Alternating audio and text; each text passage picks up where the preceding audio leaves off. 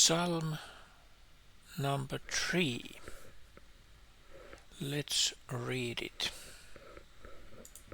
A psalm of David, when he fled from his son Absalom. Lord, how many are my foes? How many rise up against me? Many are saying of me, God will not deliver him. But you, Lord, are a shield around me, my glory, the one who lifts my head high. I call out to the Lord, and he answers me from his holy mountain. I lie down and sleep.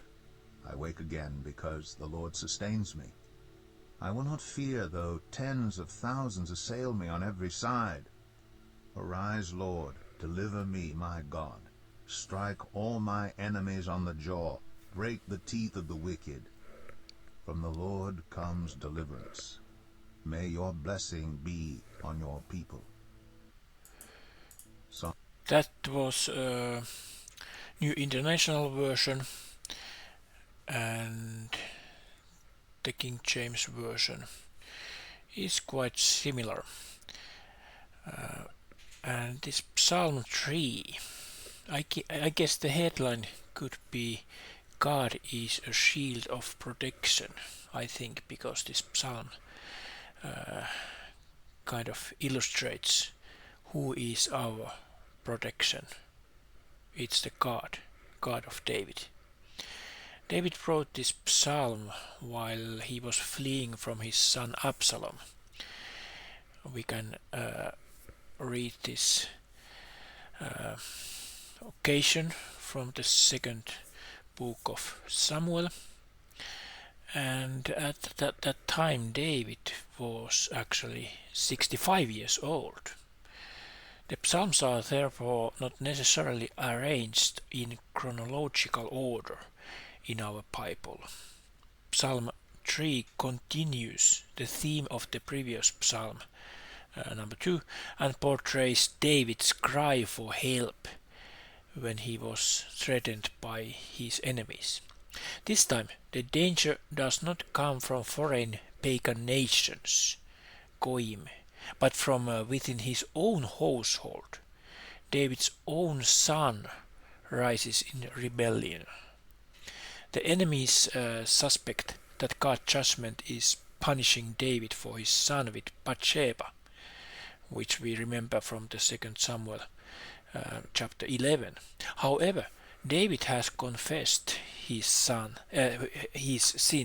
repented of his actions, and was searching for forgiveness from the merciful God. David trusts in God's help. The well-known symbol of Judaism, the Star of David, or actually literally it's David's shield, is six-pointed. According to David, God is a protective shield. The star's points represent 6 directions: east, west, south, north, above and below. God, David's only true protector, guards his servant from all 6 directions. In verse 5, David cries out for God's help.